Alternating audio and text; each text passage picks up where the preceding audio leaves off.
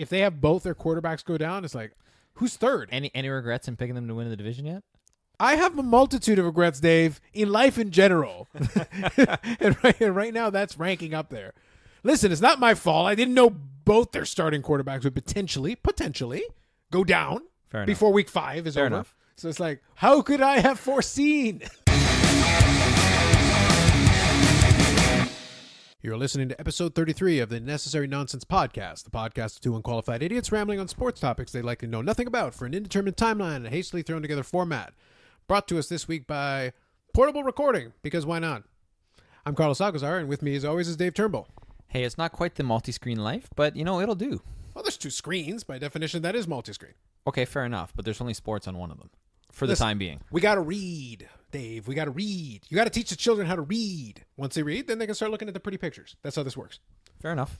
Going to be similar format to the usual, but we're going to be getting into the news and notes. But then we're going to be talking a little bit about the MLB playoff preview, which in the traditional Unnecessary Nonsense podcast fashion is happening after the playoffs have already started. Well, we might as well keep it consistent. So I'm going to boldly predict that the New York Yankees are going to win the first 2 games of their series. And obviously, I am 100% correct, as we all know. See, I was only going to predict the winners of the wild card games. No, I'm telling you right now. I think the Yankees are going to be up 2 games to nothing against their opponent. I'm putting it out there. I also feel that Houston is also going to be up 2 games to nothing. Bold. But you know what? I'm going to do one better. I think Garrett Cole is going to strike out 15 in the second game and absolutely dominate. All right, I'll take it. Yeah. Just put that to the bank right there. You can take that and you're good to go. I'm just telling people in advance that's how that's going to happen. But let's talk a little bit about news and notes, Dave. You got some stuff? Go ahead. Okay, so the first thing I want to talk about is actually a really big deal, but it's also kind of interesting for a couple of other reasons, and that is the Toronto Wolfpack. I believe this may be the first time that we have discussed rugby on this podcast. Right? Well, do you count Aussie rules football? No, I count like proper rugby. So that's his own thing as opposed to traditional rugby. Okay, correct. Fine, sure. Right. So Toronto Wolfpack are a rugby team, obviously in Toronto. And the interesting thing about them is they play a cross-Atlantic league, right? So it's a league that has it's an English league, but they also have teams in France. But the thing is, they're the only team on this side of the Atlantic. So I think it may be the first professional sports league that has a cross-Atlantic or, in 2 different continents. Let's just call it cross-continent. Yeah, cross-continental league. Which is kind of interesting. Anyway, they have what they call the £1 million game, which is basically a team from the second tier league playing a team from the first tier league, and the winner of that goes on to the first tier league for the next year, and the loser goes or either stays or goes to the second tier league. So Toronto actually won. Mm-hmm. So they won the £1 million game. They won 24-6 over Featherstone Rovers. And the interesting thing about this is there was actually some talk originally about whether the Super League would actually let them play in the first division. But they did get the go-ahead before they played the game. So the game was played this weekend, and Toronto won. So they're now in the top tier of rugby, which is also a great story for them because they started, lower leagues and kept getting promoted. So it's pretty awesome I believe, basically they're 1 year shy of being able to move up a division each year they've played in their existence of their franchise, which is pretty cool. I think that's an aspect of the more European sports model that I actually like, the whole concept of relegating and being able to promote a team. Basically, if your franchise is good enough and you can earn your way in, you can actually move up to a higher level of competition. It would be the equivalent of, like in baseball, if a AAA team was so good, they were able to get in there because, the Baltimore Orioles are an embarrassment and they took over their spot. I think that would create an interesting incentive on the owners to field a competitive team so as not to be relegated down a level. Now, the upside is that when the team gets relegated, in theory, then they would be able to have good talent against quote-unquote inferior competition and earn their way back. They should be able to claw their way back up. But it's a good incentive to make sure you keep your team competitive and good and not just kind of rest on your laurels just because you happen to have enough money to be there. Absolutely. I like the model too. I just wish it was something that was here in North American sports, but it isn't, and I don't think it's coming anytime soon. Because the owners would never accept it, and also the minor league teams, quote unquote, I don't think could afford to play that game, even if they were allowed to be promoted. Where's the money coming from? No, but I also feel let's say take a look at English soccer, for example. There are payments given out depending on whether you're relegated or not. So teams getting relegated get a payout, but also teams being promoted get a payout as well. So there is some money changing hands that way. But the thing for me that I find interesting is that it's the fan base in North America. I find the fan base in North America really don't support sports in general unless it's the top tier, right? And I don't think, for that reason right there, I don't think they're going to really support a relegation system. I think it's fair. I think part of that is the word gets overused, but it really is kind of an entitlement mentality in the sense that when you're in a big city, you've got, quote unquote, all the best sports teams and all the top tier talent.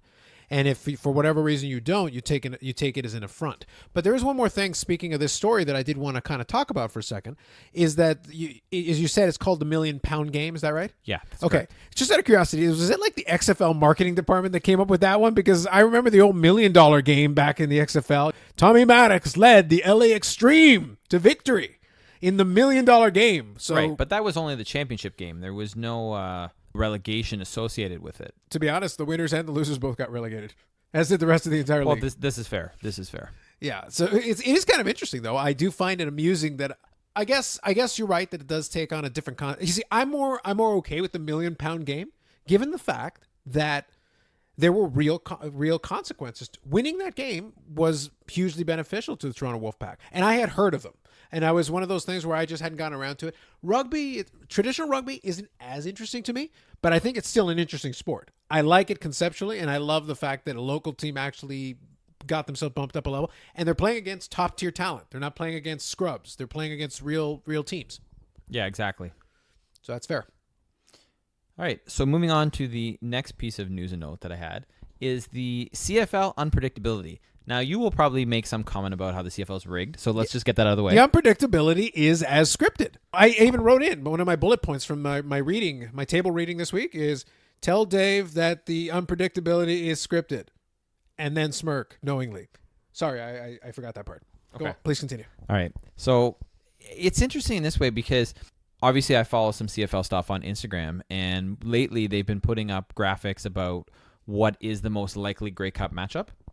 And every time they put it up, the most likely matchup has been Winnipeg versus Hamilton. At the time that they were putting these graphics up, it was first place in the East versus first place in the West. Now, Hamilton is still first in the East. They're playoff bound. They will make the playoffs. They need one more victory to secure first, or a Montreal loss. Montreal's in second. That's guaranteed. Ottawa and Toronto are probably not going to make the playoffs, although it's still theoretically possible, I believe, for Ottawa, but I'm pretty sure not for Toronto. The interesting thing, though, and the unpredictability is in the West. So for most of the season, Winnipeg has been the dominant team. They're currently 9-6, and they just got beat yesterday by Saskatchewan. And the thing that I find interesting there is, okay, well, they have a quarterback injury. Calgary is 9-5. They haven't obviously equaled the games played yet of Winnipeg. They're in second place, and are also a team that is expected to do well with Bo Levi Mitchell at quarterback. But the other things I find interesting, before I get to the top team, is BC's in last place with a 5-10 record, but they still theoretically could be a team that crosses over and plays either Montreal or Hamilton in the Eastern semifinal, or Edmonton that's 7-8 could do that. The interesting thing, though, is Saskatchewan's now 10-4, and for part of the year, they were at the bottom. They had their quarterback go out in the first game, I believe. They went with their backup, and there was a situation where the backup has done really well. And they've sort of rode that train and just been not world beaters, but consistent. And now they're, in first place and potentially could win the division. I mean, they're only ahead by one game, but it's nice to see the West being so competitive. It's just too bad that Ottawa and Toronto are so crappy. Well, I think the West being competitive is really more for the last several years, the West has been top to bottom the better. I guess conference? Is it really a conference? Or? Yeah, I think that's fair. I mean, I division would be the okay. So I guess the Western Division. Fair enough. So let's just say Western Division then to be accurate. But yeah, I think top to bottom they've been more competitive. Where it's gotten interesting is that for all that in the Grey Cup, it hasn't always translated. The Eastern teams have done okay in the Grey Cup in recent years, but I think a lot of your point is that unless you're genuinely awful, the tradition is in the CFL. So Ottawa and Toronto this year? Correct. But unless you're genuinely awful, you're in contention until late. For all the jokes I make about, how scripted the CFL is, the reality is this. There's enough parity in that league where there's sometimes a dominant team, and when that comes out, that comes out. But the rest of the time, it's like there's a team who's really good and another team that's also pretty good. But then there's a bunch of teams like, I think they're pretty good, and they just need to get hot at the right time. And that's happened plenty of times. Yeah, which is absolutely true. I mean, BC, I believe they may have gone, I could be wrong because I don't know the exact amount of games, but they may have been 0-9 before they actually won, and they're now 5-10, and potentially they're in contention for a playoff spot. Yeah, there was a year. Now this is going back to the previous iteration, not even the previous iteration. It might have been the previous iteration of the Ottawa franchise. There was a team there that got to the Grey Cup one year where they were their regular season record was awful. I don't remember the exact record they had, but I mean genuinely awful, and they won.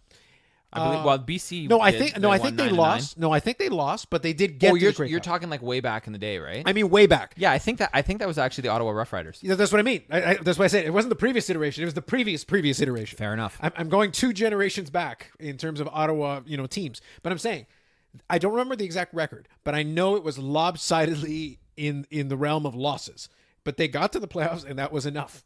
And they made a run. They didn't win, but they were competitive in that championship game, and they got there in the first place. The fact they could even get there is the whole point. Yeah. You don't have to have an amazing regular.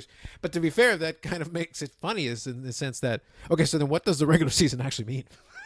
If you can be genuinely awful in the regular season, you have no business being in the playoffs. Not only do you get to the playoffs, you get to the championship. And you're competitive. You have a real shot at winning. That's good though for the fan bases where it's like, you know what, we're not completely out of it until we're totally out of it. Yeah. So at least you got hope. This is fair. Yeah, so that's I think where we are with the CFL right now. And which, obviously there's 4 weeks left, I believe, or maybe 3. I can't remember. One or the other. Well, I know 4 weeks left because Hamilton has 3 games and a bye. Yeah, I was going to say that, the Grey Cup is in November, so we don't have that much time left because we're going to have to start getting into the playoffs sooner rather than later here. And then once that happens, it's going to be, game on, really, because the audiences will pick up. Once you get into the playoffs and then get into the Grey Cup, in Canada especially, the viewing audience tends to be very generous, usually for the Grey Cup final. And I expect some good playoff games, too. It should be. I think there'll be some in there. As resident Hamilton homer, do you think the Tiger Cats actually have a legitimate shot this time? I absolutely do, because of their defense, largely. The defense has been consistent all year. Their quarterback went down early, Jeremiah Masoli. He tore his ACL, was out for the season. Dane Evans, the backup, comes in, and he's, hasn't been totally consistent. He was definitely struggling earlier on, but he seems to have found his rhythm now with the offense, and they're consistently putting up, over 30 points a game, and the defense is really holding opponents. So, yeah, I like their chances a lot. I would be very surprised if they don't come out of the East, although Montreal is potential there. They beat Calgary this weekend. Montreal is one of those teams that sort of seems to be lately anyway. If you don't put them away early, they kind of hang around and have a tendency to win games. That would be interesting for them from the sense that this would be their first real run at it since the Anthony Calvillo era ended. Yeah. Because they really have been kind of struggling. Because for a while they were the model franchise when they came back as the Alouettes. They got to the Grey Cup with regularity, and they did win some. Yeah. And I expect Hamilton. Expect Hamilton to finish first. Their last 3 games are against Ottawa, Toronto, and Montreal. They only need one of them to secure first place in division. So I fully expect an Eastern Division final in Hamilton against Montreal, and I think it's gonna be a really good game. But I think the game being at home gives the edge to the Ticats, and I expect them to make the Grey Cup. Look at you. So that's it's going to be interesting to see because as much as I like to tease the CFL, usually the playoffs games are very interesting. They're compelling, and then once we're done, then I can reveal to Dave finally what was in the last page of the script for the Grey Cup final. Perfect. I'll let him know. What you may see may shock you. All right, Carlos. I'm ready for my intro. All right. The man has part of his retainer. He needs to have his special introduction, which is basically me just calling out the segment. But with all that said, it is the Pretentious Cross-Country Running Report with Dave Turnbull. All right. So this week, again, should be another short and sweet week. But I wanted to mention that TFC did make the playoffs. So they are a playoff team. They're playoff bound, which is good. I mean, with the roster they have, they should make the playoffs. Well, based on what I know about the way MLS works, they play like 457 games in a 365-day year. I think they play 14 months a year. It's incredible. Yeah, not quite. But they've earned it. Working, 400 days a year, it's incredible, and they should be there in the playoffs. But they made the playoffs. But the thing is, the last games of the season are the day we're recording, and TFC needs a couple of results to go their way in order to host a home playoff game. And my thing is, you know what? They should really be doing better considering the roster they have. Considering they have, players like Michael Bradley, Josie Altidore, Omar Gonzalez, on defense. They have solid leaders at every Alejandro Pozuelo, the other designated player. They have solid leaders and good skill players at every important position on the field. And, it was touch and go whether they're going to make the playoffs for a long time. And now they have, which is great. But you know what? I don't expect big things from them in the playoffs. So I think all in all, is it better than last year? Yeah. But it's still a disappointing season for me. Okay, based on what? Based on the fact that I think they're underachieving. Okay, but so this is maybe an interesting way. So you know what? Because generally the Pretentious Cross-Country running report is when I take my extended nap and then occasionally, lump it back in. However, with that said, this you do bring up something that's kind of curious about. So do you not have any kind of a championship hangover? Do you not give them a little bit of halo in a window? Because they did win not that long ago. 2 years ago. Yeah. So are we outside of that window already for you? Yeah, they won 2017. No, I think if you're going to call championship hangover, you give them the year after as a championship hangover.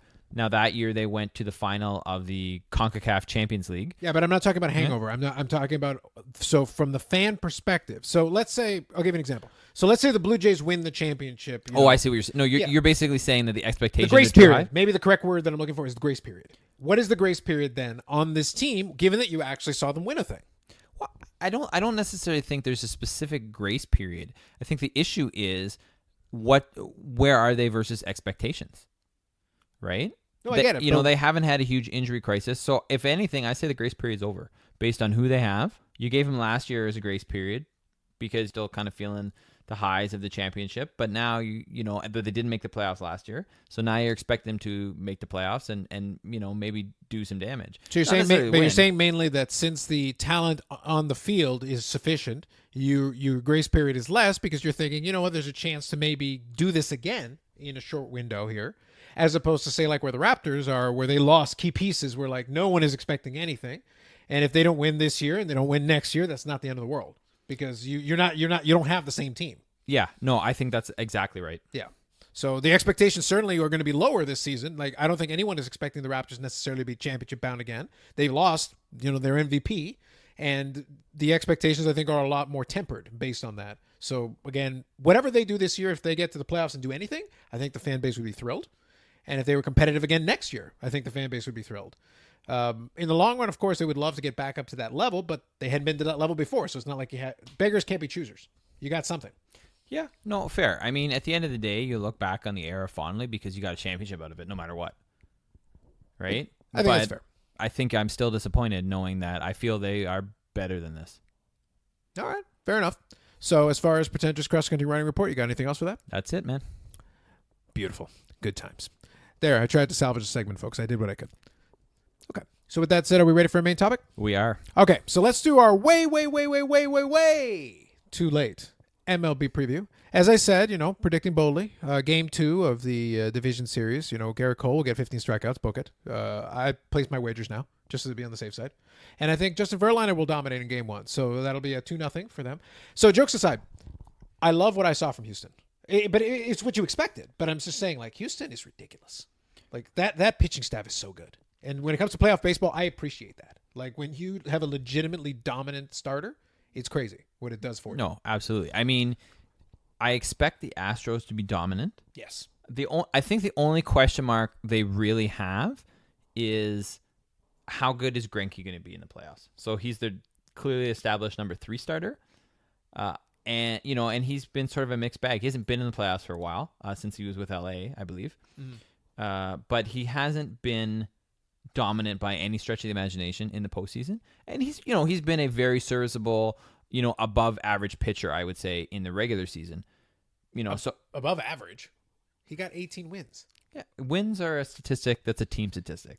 He's also pretty good in the other statistics. No, as well. he's So he's a savvy veteran pitcher. He's not a fireballer. He's not going to throw 100 mile an hour, but he's a smart pitcher, is what I would say. Yeah, no, absolutely. I mean, don't get me wrong, I'm a Dodgers fan, and when Zach Greinke left, it hurt.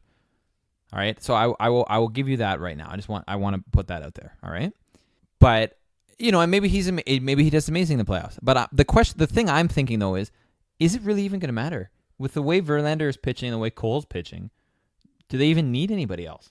They might not. I think they can basically ride this the same way that Kurt Schilling and Randy Johnson were ridden by the 2001 Arizona Diamondbacks, because that 1-2 combination is, funny enough, the last time that you had two guys that were 300 strikeout pitchers on the same team was that team, those guys. So it's like the comparison's there. But I love the fact that Greinke is your number 3, because who was the number 3 for the Diamondbacks back in 2001? It's hard to remember. No, they had one, but it's like you don't think about it. You think of Schilling, you think of Randy Johnson. Yeah, well, and Luis Gonzalez with that hit, right? Yeah, but the fact that Zach Greinke is there as a number 3, I love that. From a depth perspective, that's good. What I think may help Greinke as well is that given that Verlander can throw heat and Garrett Cole can throw heat, Zach Greinke's kind of change of pace may actually kind of mess with him a little bit, because he's a completely different style of pitcher. So you just dealt with this back-to-back, but now you're going to get something else thrown at you that is a complete change of pace. Yeah. So it could work in his favor. It's what I'm saying. Like if he pitches intelligently and hits his spots, he could very well have just as easy a time, only because they're like, okay, now what do we do? How do we adjust to this now?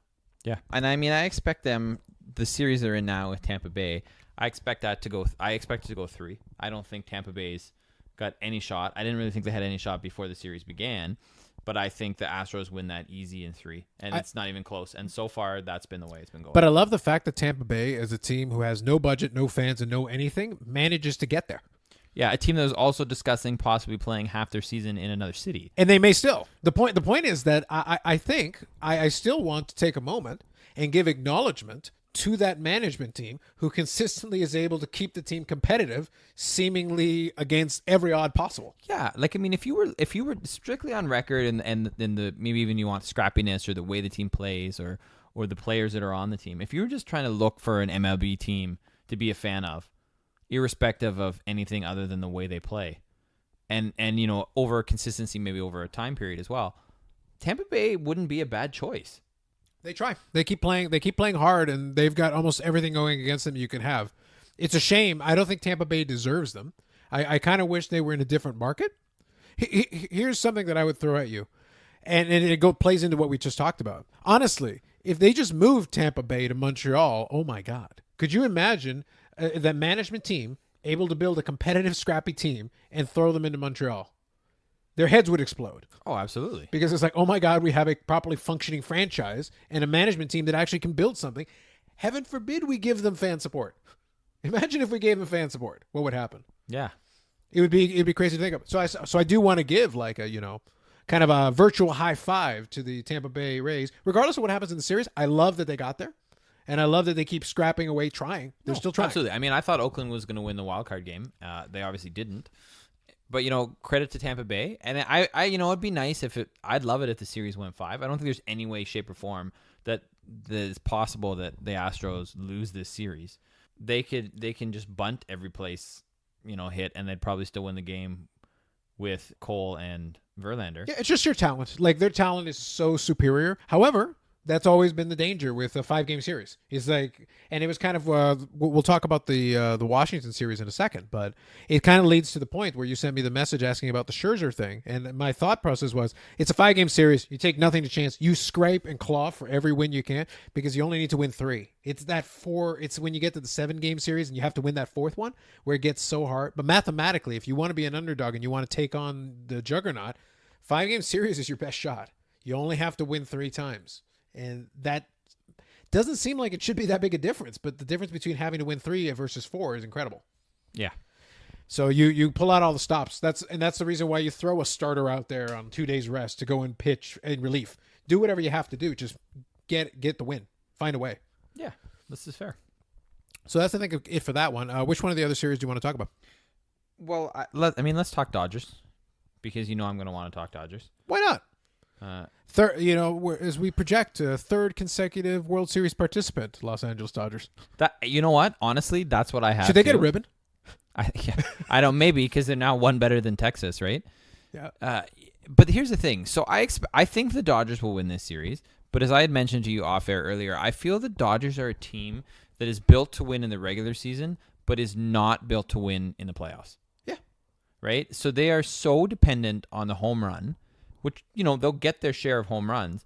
But watching the team play, even in the playoffs so far, and, they scored, I can't remember how many runs they scored in the first game. But in the second game, they only scored 2 runs, one of which was a home run. But they were in that game. It was a competitive game. But it always seems like they're waiting for that. And looking at the hitters, and it looks like that's what they're trying to do, is hit the home run. Yeah, they're very much, I would say, one of the bigger culprits of this that I'm not a big fan of, because I'm a little bit invested in the guy, is Cody Bellinger. I think he played his best when he wasn't trying to hit the cover off the ball all the time, just focusing on making strong contact line drives and everything. But it looks like he's trying to hit bombs every single time. Yeah, and he was a guy that last year in the playoffs did not do well at all, and they sat him versus left-handers.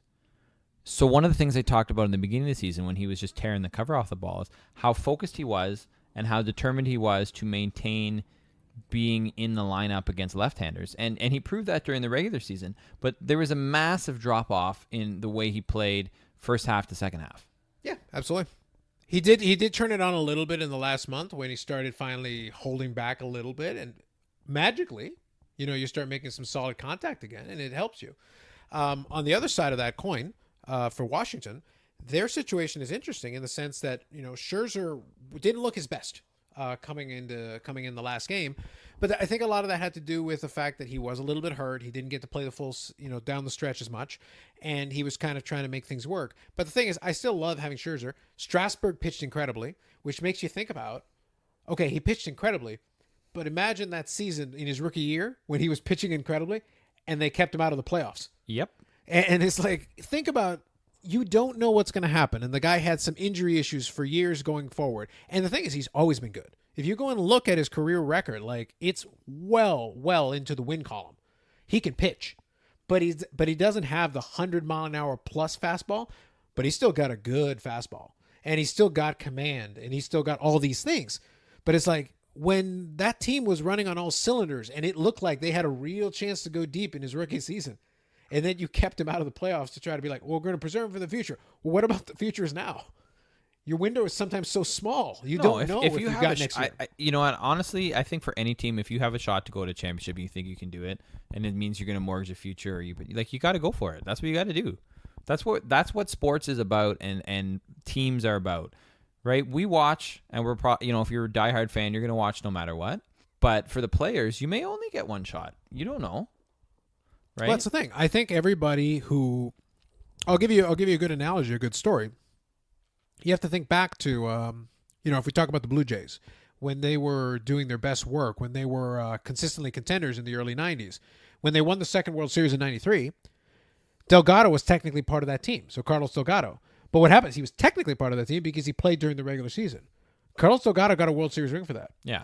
But at that point, Delgado was an up-and-coming prospect. He was just getting started. He didn't really establish himself as a full-time major leaguer until a couple of years later, around 96, 97, 98. By around 98, he was developing into a superstar. And then as you get into the late 90s, you're looking and go, oh, we got Delgado. And then Roy Halladay started to work in the next couple of years, started developing into a superstar in the early 2000s. So now you're sitting there right around 2000, 2001.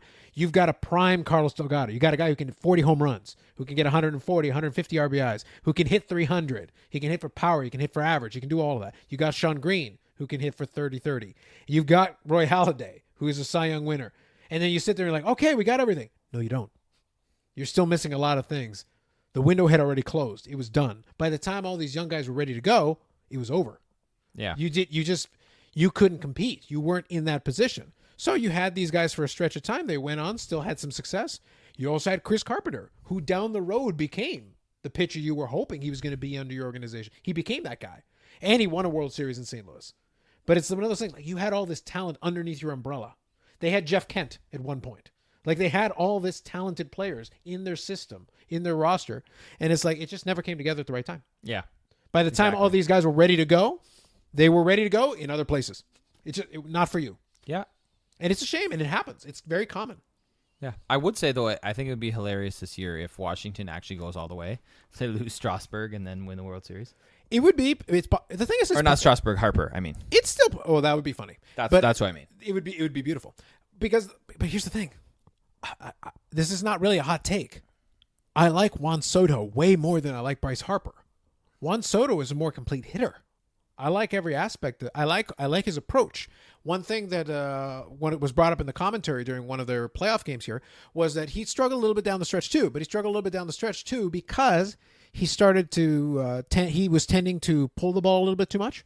And the thing is, Juan Soto's a great hitter who can hit the ball the other way. And as soon as you say the words, the man can hit the ball the other way with power. As an aficionado of hitting in baseball, I get excited because that means that it's a guy who can hit to all fields. It means you're not just sitting there trying to pull the ball and crush it. But it means if you can hit for power the other way, you don't need to worry about the home runs. The home runs are going to come because you're going to consistently hit the ball off, but you're also going to get doubles. You're also going to get extra base hits. It's going to help you have a higher average. And Juan Soto is 20. That's a guy you can build a future around because that excites me that he has enough discipline at this stage in the game to be able to play. He had 34 home runs and he had 100 RBIs this season. He's 20. That's amazing. And it bodes well for the future. So I'd rather have Juan Soto than Bryce Harper. Thank you very much. Yeah. So that's just me. But he's still young and they might not be ready for prime time. I love Scherzer. I love what he can do. But it's like this team is tricky because maybe like if the thing falls right, like the Dodgers, the problem is with the Dodgers getting the World Series so many times is that it wears on you. Oh, absolutely. The longer these seasons go, it's not getting easier. It's getting harder. And, we already know Kershaw is not the same Kershaw he once was. And he's always had a little struggle in the playoffs, but I think some of that has to do with bad luck. Some of it also has to do with a bad mentality to a playoff atmosphere versus a regular season. Oh, true. If you look at his actuals, his stats are markedly different regular season to postseason. They are because in the regular season they're obscene. Like the problem. Well, fair enough. That is a fair point. The problem is that you say, he's much worse in the playoffs. Well, the problem is he's historically great in the regular season. Like so good that we're looking at all-time best seasons. Well, that's in a different stratosphere. So then, yes, if you look vaguely human in the playoffs, you're going to look terrible compared to your regular dominant self. Oh, that is a fair point. Yeah. So that's kind of the thing with. And now Kershaw is getting a little bit over. He is losing a little bit of speed off his fastball. Those things are going to affect you. So now it's like, how do you adapt as a player? How do you make changes to allow yourself to be able to do that? So as we're talking, one thing that I'll mention is that we are doing the multi-screen life here a little bit, and we're just kind of keeping an eye here on the Pittsburgh Steelers and Baltimore Ravens game, and it looks like Mason Rudolph got rocked. Absolutely rocked. He is out cold. So there you go. That's the interactive element of the podcast where you're kind of getting that in real time. And it's a shame because I kind of want to see if Rudolph can do anything. But yeah, I think that's a concussion and I think he's out cold. My goodness, that's a hit.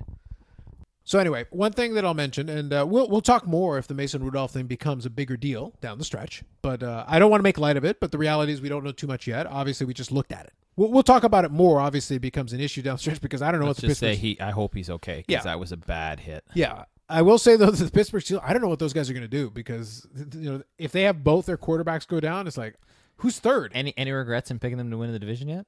I have a multitude of regrets, Dave, in life in general. and right now, that's ranking up there. Listen, it's not my fault. I didn't know both their starting quarterbacks would potentially go down before week 5 is over. Enough. So it's like, how could I have foreseen? All right, but let's get back on track with the baseball. Okay, so any other thoughts, though, on the Washington Dodgers series specifically? No, I honestly, I think LA is going to win the series. I expect them to. But because I think matchup-wise, they're overall better. But I think Washington has enough weapons so it's going to make it interesting. I would not be surprised if this series goes 5 games. Sure. I'll leave it at that. But I think that would be enjoyable from a fan's perspective. Now, obviously, as a Dodger fan, you'd rather they just get it over with as soon as possible. That would be preferable for you. Absolutely. But as a baseball fan, I would love to see the Nationals make this a challenge. I'd love them to really push LA. On some level, though, I would say that if LA goes to 5 here and they really get pushed, I actually would like that for the Dodgers only because I'd like to see them put their postseason medal pushed a little bit more. Because right now, the problem that I think they've had with the World Series is that, yes, they're playoff tested. Yes, they've had plenty of games. But the question now is, can they get to that one extra level? And to your point about the Texas Rangers back a couple of years back, they got to the World Series back-to-back years, but they just couldn't close it. They couldn't put it away. And in the case of the Dodgers, the first series was the one I think they had the best shot at. The first one? Agreed. The second one, I think the Red Sox were just flat out better. They outclassed them. So it was a completely different context of series. Now let's see next series. Which one do you want? Let's stay with the National League and go Braves and Cardinals. Who do you like there? I like the Braves, but again, I feel this is also another series I feel could go 5 games. It could. I wouldn't mind seeing the Braves only because I'd be interested in seeing more of Acuna. And I'd like to see if Donaldson could do something here if they go. Because like I said, I think from what I understand, I believe he's a free agent at the end of the year. I don't know if he's signed for multiple years. I forget what his contract status is. I think you're right. So he's basically playing on a contract. And he played well. He played extremely well during the regular season. If he makes a little noise in the postseason, it would be huge for him. I'd love to see it. Now, I genuinely don't remember what my picks were in the preview. I'm going to say St. Louis just because I do think they are still a very solid team. I think Atlanta is a very exciting team. I think Atlanta's ceiling as far as talent is higher. But I do like kind of, what St. Louis has going on with it. I think Goldschmidt is good. I still think he's good. I don't know if he was able to get the kind of season that I think they wanted out of him, but I think he played reasonably well down the stretch. And I like a lot of, as an organization, I already mentioned to you, I think St. Louis as an organization has performed extremely consistently and well over time. And I've been very impressed by that over the course of years. I just don't know how they consistently keep. They're basically like the Rays situation, but over a much longer period of time. They just manage. They find a way. They've also won things. So but they also have support. They also have support over time. So it's like going back to the era of, the Stan Musials and, Dizzy Dean and those guys. So they've got a long history. But out there in the Midwest, it's St. Louis Cardinals have been solidly good over time. And it's been impressive. And I'd like to see them continue that. So I think that'd be kind of cool if they continue that going forward, at least to the NLCS. And then you have the Yankees Twins, which which is an interesting series because both teams have won over 100 games. But it kind of surprises me so far how dominant the Yankees have been. It doesn't really to me. Here's the thing about the Yankees. Here's the difference between the two teams. I think the Twins have played about as well as they can play, and I think they hit a ton of home runs, and I think they're good at that. The Yankees have won 100 games despite the fact that half their damn team has been injured all the time. Like they've got injuries on injuries on injury, and they keep winning. It doesn't matter. They just get somebody else. And it's not like the old Yankees where they would go and get somebody else off the free agency market, spend a ton of money and go. They had there was a year that they had Jose Canseco on the roster just because. Like he could have actually played full time for somebody, but they had him on the bench. Just because they're like, well, we're the Yankees. We'll get you to come here, and then we'll get you to come here, and then we'll get you to come here, and well, what do you want to do with me? Nothing. Just sit on the bench. Yeah. It's just so another team can't have you. Yeah. That's literally why you're here. And it's just insurance on insurance. If we need an 8th outfielder, you're the guy. So here we are. And it was high-priced talent after high-priced talent at that time. No, this Yankee team is like, no, we have guys in the system, and we're just going to keep plugging in players. Gleyber Torres is good. What's his name? Judge started hitting home runs down the stretch. Stanton has been hurt most of the year, and he's still there. Like he's a home run threat. Yeah. Like they've got a lot of players. And the one that strikes me is DJ Mathau or whatever. Yeah. He hit like 330 this year. Like he's just another dude that they stack on to another dude that he's not a household name, but he played extremely well. And it's one of those things like, what are you going to do? I just think they have more talent. No, I mean, I agree. I think this might be, if I was saying this ahead of time, I'd say maybe the Twins get 1 and the Yankees win the series 3-1, although being up 2-0, I wouldn't be surprised if they finish it off tomorrow. But the thing that I find interesting is that I think, New York, and it's going to be New York and Houston, I believe, in the ALCS. I think that's going to be another really good matchup. That was the matchup 2 years ago, I believe, when Houston went to the World Series and won it. Yeah. And I think that's going to be a really good ALCS. I expect Houston to win the whole thing. So obviously that means they would win the ALCS.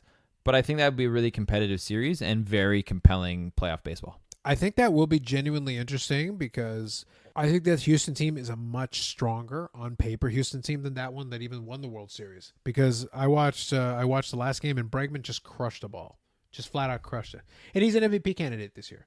And Altuve's is a previous MVP candidate, and I don't remember if he won one or not, but like Altuve's can do almost everything you want to do. Like they just have one great player after another they can throw out there in the lineup. The lineup is strong, and then you tack on that pitching staff we already talked about. It's scary how good they are. Yeah. And I think that'll be if the Yankees genuinely want to get over the hump, this is their real test. If they can get by Houston, then the Yankees suddenly become World Series favorites because I like them against anybody in the National League, to be blunt. No, and I mean the Yankees did play the Dodgers in a series in LA, and they won 2 out of 3 games, but all 3 games were close. Sure. Right? But I think you have to favor whatever team comes out of the American League in any World Series matchup. Yeah, I think there's 4 strong teams there in the American League this year. Like I said, Tampa Bay we like as a story, but Houston's good. The Yankees are good. The Twins have played extremely well, but right now Houston and the Yankees are the class of the AL. For sure. And I mean, let's be real. We're both discrediting the Tampa Bay and the Twins of having any chance of winning their series whatsoever. No. Here's the thing. Tampa Bay, yes, only because Houston is so ridiculous. Like, they're so stacked. Oh, fair. You think Twins have a chance to come back and win 3 games in a row against the Yankees? The key with the Yankees is going to be that they still have a lot of young players. Should they win? Absolutely. It's a 5-game series and they're up 2-0. So they just need to win one more. But there are some veterans on that Minnesota squad, and now they've got nothing to lose. So they're going to have to go into that mode where I don't care if the starter pitched last game, you're going in. Whatever you have to do. Let's put it this way. If they win game 3 and scrape out a game 4 and get to a game 5, all bets are off. But they're going to have to they've got to throw everything at the wall to see what sticks. Yeah. Because it can turn the other way. Because right now, both these teams rely on the home run so much. If the Yankees have a game where they just don't hit the home runs, and the Twins do, they only need to win a couple here to get a little momentum. And then, like I said, game 5 becomes now what are you going to do? Yeah, no, this is fair. And I could see the Yankees getting to a game 5 scenario if that happens and having to throw out CC Sabathia. Now, CC Sabathia is on the playoff roster, but for all intents and purposes, he retired. Yeah. So if you have to throw him out there in a situation, I wouldn't like that if I was a New York fan. That would scare me. So it's like I said, we'll see. He's supposed to be just the guy who's hanging around for the ride in what's supposed to be, at least to the ALCS. But like the Twins are at least, I give the Twins a fighting shot, even down 2-0, whereas the Tampa Bay Rays, I feel like it's inevitable. It's just a matter of time. Yeah. So that's the difference I feel in those 2 series. Fair enough. So let's just get it on the record. So I have the Houston Astros over the New York Yankees winning the ALCS, and then I have the LA beating the Braves in the NLCS, and then Houston beating the Dodgers. So Dodgers lose their 3rd World Series in a row. Right. Any difference there? The AL side, I'm on the same. I'm there with that. I say the Astros getting the World Series. I'm with you. I'm thinking this is the one where all those playoff games finally eat away at them. I'm going to go with the Nationals in the NLCS, taking on St. Louis. And then I'm going to go with the Nationals actually beating St. Louis to get to the World Series. Okay. Making their first World Series? Yeah, making their first World Series. Is somewhere off in the distance, Bryce Harper's like, it should have been me. That could have been him. It could have been him. Yeah, he had his chance. But then the Astros, take care of business in the World Series. Great story, fun to watch. Juan Soto's stock is up. Then the Astros put them out. Hey, are you on? Just let me get something on the record here, though. Is the only reason you're really high on Juan Soto because you have a bunch of his rookie cards? That is a factor, is what I'm trying to say to you. Okay. Plus, I also like good hitting. The fact is, I do like good hitting, as you're aware. I'm a big fan. But no, I like what the kid brings to the table, and I think it's interesting to watch some players who are younger and are actually getting some stuff done now. Yeah, which is kind of fun. Like we're in Toronto and we're looking at some of our we've got a whole stack of young players, but I don't know what the future looks like for those guys. But now there's a lot of things that have to happen to go. No, but if you look at Soto, he's already putting up, big boy numbers now. Yep. So it's like that ceiling is looking really high right now. And we're curious to see where that goes going. I'm excited by that. I want to see the next generation of I remember when Pujols came up and he was putting up those ridiculous numbers year after year after year in St. Louis. And it's like, oh my God, who is this guy? What is he doing?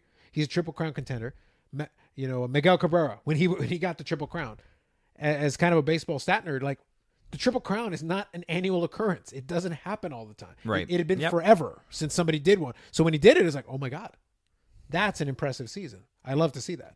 So guys who have a shot at that kind of thing, I would love to see more of those. All right. So there's our World Series predictions for you. And I think that concludes our all too late MLB playoff preview. As is standard, we got around to it eventually. Our other date that we could have gone was, I think, November.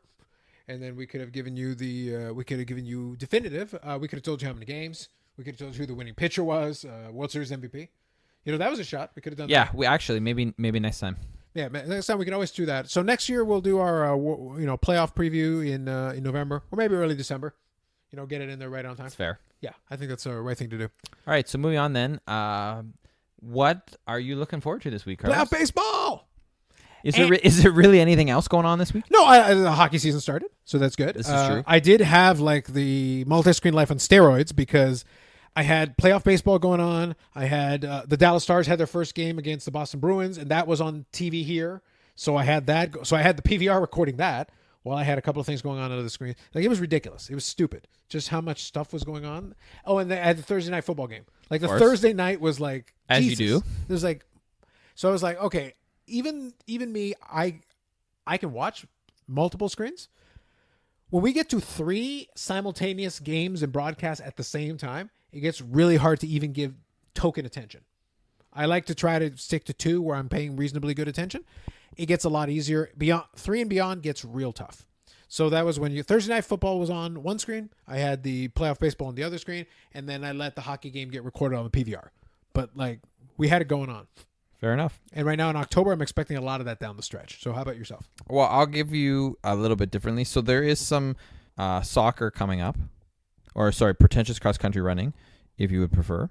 Did we already establish that MLS runs like a 15-month calendar? Like we don't even have 15 months. I mean, I'm not at this point. I'm not talking about the MLS playoffs. I'm looking forward to the games in March. It's going to be great. I'm talking about the Euro 2020 qualifying. So that's going on the weekend. So more chance for Scotland to embarrass themselves. Woo!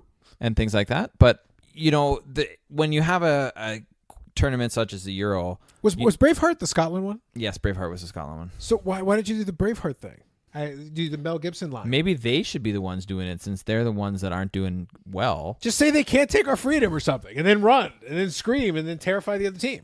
You know what? Like, how New Zealand does the haka before every rugby match? Yes! They need like a Braveheart thing before every soccer match. Maybe you should literally do the Braveheart thing. I would be down for that. Maybe Mel Gibson's available. I don't know what he's doing. Maybe he can do it. Let's make it happen. Done. I fixed your problem. All right, there we go. So yeah, so let's put it this way. So what I'm looking forward to this week is obviously MLB playoffs. Also, just for the record, I love when there's 4 games in one day for MLB playoffs. It's only guaranteed to happen once, but it's a fantastic thing. Hey, the glorious quadruple header, man. Gotta love it. So I'm looking forward to that. And the other thing I'm looking forward to is Scotland breaking out the Braveheart before their match against Russia. And since it's in Russia, it'll be even better. How's that sound? Love it. All right. This is the only time I will co-sign on a pretentious cross-country running thing. If they do the Braveheart thing, I will root for the Haggis. I mean Scotland. So they got that. So that'll be good. So that's it really for us this week. There's going to be more, like I said, we'll talk more playoff baseball and everything next week. We'll see what happened with Mason Rudolph, because obviously that's a big story now that is just developed out of the Pittsburgh game.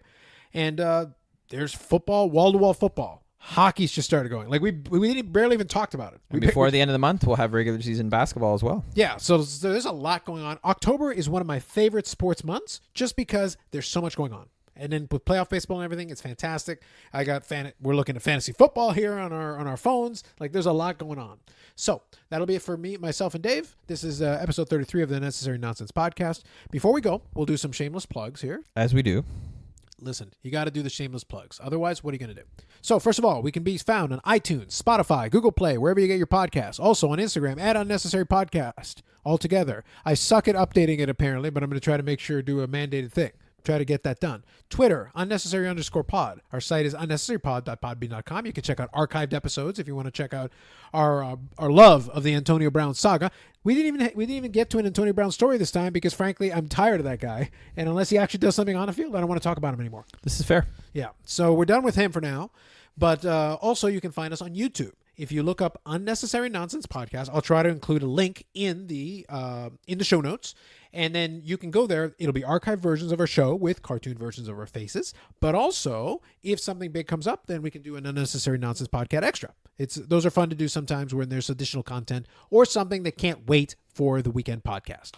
So that'll be it for myself and Dave. We'll catch you on the next episode of the Unnecessary Nonsense Podcast.